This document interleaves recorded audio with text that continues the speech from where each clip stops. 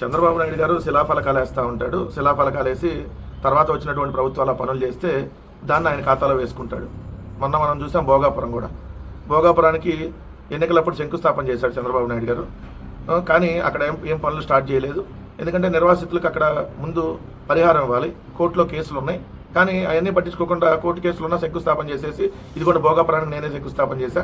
So Bhogapuram ఇప్పుడు పూర్తి అయిపోతుంది కాబట్టి జగన్ గారు దాన్ని పూర్తి చేసేటటువంటి కార్యక్రమం చేశాడు కాబట్టి ఇప్పుడు ఈయన ఖాతాలో వేసుకునే కార్యక్రమం ఎలా చేశాడు. సేమ్ ఇప్పుడు వెలిగొండ కూడా అంతే. హెడ్డింగ్ చూడండి, వాళ్ళ పునాది వేసింది పూర్తి చేసేది నేనే. సుమారు 30 ఏళ్ల క్రితం మార్కాపురంలో పర్యటించి అప్పుడు శ్రీశైలం నీళ్ళు అందించాలని ఇక్కడ ప్రజలు కోరారు. 96లో మార్చి 5న వెలిగొండ ప్రాజెక్టుకు శంకుస్థాపన చేసి పనులు ప్రారంభించా అని చెప్పాడు. తప్పు. శంకుస్థాపన ఒక్కటే మీరు చేసింది. 10 లక్షల రూపాయలు ఖర్చు పెట్టి అట్టహాసంగా రోజు శంకుస్థాపన కార్యక్రమం చేశారు 96లో. కానీ 1996 నుంచి 2004 దాకా మీరు ₹1 ఖర్చు పెట్టాల. ఒక్కటంటే ₹1 మీరు ఖర్చు పెట్టాల. దాని తర్వాత ఎప్పుడైతే రాజశేఖర రెడ్డి గారు వచ్చారో, రాజశేఖర రెడ్డి గారు వచ్చిన తర్వాత వెలిగొండకు సంబంధించి ఏదైతే పనుల్ని ఏదైతే చకచక ఆ టన్నెళ్ళు ఏదైతే ఉంటాయో ఆ టన్నెలకు సంబంధించి 2004 నుంచి 2014 దాకా వేసుకోండి. కాంగ్రెస్ గవర్నమెంట్లో మెజార్టీ రాజశేఖర రెడ్డి గారు 5 ఏళ్లలోనే ఎక్కువ. టన్నెల్ 1 11 కిలోమీటర్ 11.586 కిలోమీటర్లు టన్నెల్ 1ని, టన్నెల్ 2లో 8.747 కిలోమీటర్లు టన్నెల్ 2ని. అంటే మొత్తంగా రాజశేఖర రెడ్డి గారి హయాంలో 20 కిలోమీటర్లు రాజశేఖర రెడ్డి గారి హయాంలో పూర్తయింది. చంద్రబాబు నాయుడు గారు ముఖ్యమంత్రి అయిన 5 సంవత్సరాల్లో టన్నెల్ 1లో 4 కిలోమీటర్ల పనులు, టన్నెల్ 2లో 2.3 కిలోమీటర్ల పనులు. మొత్తంగా అది 4.3, ఇది 2.3. కేవలం 6.68 కిలోమీటర్లు మాత్రమే చంద్రబాబు నాయుడు గారు చేశారు పనులు.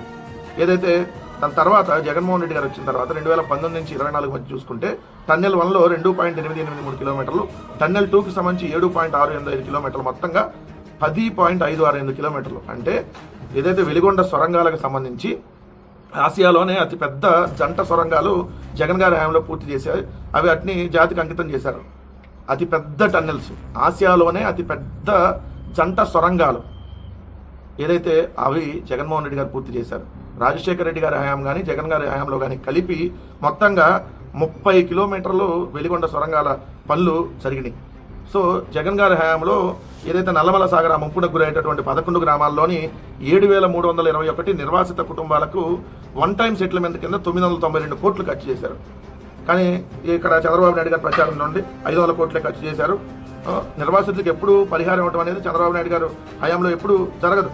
జగన్ గారు వచ్చినప్పుడు ఇవ్వాల్సింది.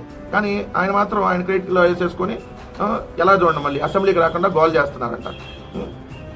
జనం ఓట్లు వేస్తే మేమంతా అసెంబ్లీకి వెళ్తున్నాం, జగన్ మాత్రం ప్రతిపక్ష హోదా ఇస్తేనంటే గోల్ చేస్తున్నారు, నా తల్లిని భార్యను తిడుతున్నారు. మళ్ళీ స్టార్ట్ చేశాడు పురాణం, అబద్ధాల పురాణం. ఎవరు తిట్టాడే నీ తల్లిని, ఎవరు తిట్టాడు నీ భార్యని? ఎప్పుడో ఎక్కడో అన్నదాన్ని 1,00,000 సార్లు చెప్పుకుంటాం. వాళ్ళు ఒక్కసారి మీ భార్య గారిని ఏమన్నా అంటే 1,00,000 సార్లు ఇదే చెప్పి సింపతి గెయిన్ చేసే కార్యక్రమం. ఇంకా సిగ్గుండాలి. ఏదైనా పని చేసి ఇదిగోండి నేను ఈ పనులు చేశా, నాకు ఓటేమని అడగాలి. రాష్ట్రం కోసం రేపటి తరం భవిష్యత్తు కోసం పనిచేస్తాడంట. కులం మొత్తం చూసి ఓటేస్తే రాష్ట్ర అభివృద్ధి కుంటుపడుతుందంట. ఇప్పుడు మీ దేశ రాజకీయాలు ఏంటి? మొన్న మీరు ఎన్నికలప్పుడు చేసిన రాజకీయాలు ఏంటి? కులమత రాజకీయాలు కదా. ఇప్పుడు మీరు చేస్తుంది ఏంటి? నిస్సిగ్గుగా మానవ జన్మలో పుట్టినాడెవడు మాట్లాడిన విధంగా ఒక ముఖ్యమంత్రిగా మీరు మాట్లాడారు. తిరుమల లడ్డులో పంది కొవ్వు, దున్నపోతు కొవ్వు, జంతు కొవ్వు, చేప నూనె, బాత్రూమ్ల యాసిడ్, ఎవడన్నా మాట్లాడతారు? ఇలా మాట్లాడి మతాలని రెచ్చగొట్టేటటువంటి కార్యక్రమం చేసి ఇంకా సిగ్గు లేకుండా మళ్ళీ ఈయన మంచిని గెలిపించండి. ఎస్, ఇదైతే మంచినే గెలిపించాలి. ఇలాంటి దుర్మార్గులను గెలిపించడం వల్ల ఈరోజు రాష్ట్రం ఏ విధమైనటువంటి పరిస్థితిలో ఉందో అర్థమవుతుంది కదా. ఇక్కడ ఇంకోటి చూస్తే తలపండిన మంత్రులు, రసవత్తరంగా ఎమ్మెల్యేలు ఎమ్మెల్సీల ఆటల పోటీలు. పురుషుల టీంలో క్రికెట్ ఆడినటువంటి గ్రీష్మ, సవిత నేటితో పోటీల ముగింపు. సత్యకుమార్ బంతి, పల్లా 4, కావలి కేకలు, నవ్వులు, పూలు, పోటాపోటీల వ్యాఖ్యానాలు, కట్అవుట్ చూసి కొన్ని నమ్మేయాల జూడ్, త్రోబాల్లో హోం విజయం హోంమంత్రి. అసలు ఎంత దారుణం. సరే వీళ్ళు క్రికెట్ ఆడుకుంటారు, అప్పుడప్పుడు ఉండాలి, దీన్ని కాదనరు. కానీ ఒక పక్క రాష్ట్రంలో పరిస్థితులు ఎలా ఉన్నాయి? రాష్ట్రంలో పరిస్థితులు ఒక రకంగా ఉంటే వీళ్ళు మాత్రం క్రికెట్ ఆడుకుంటా ఎంజాయ్మెంట్ చేస్తున్నారు. క్రికెట్ అంట క్యారమ్స్, బ్యాడ్మింటన్, షటిల్, వాలీబాల్, డ్యాన్సులు ఇవే.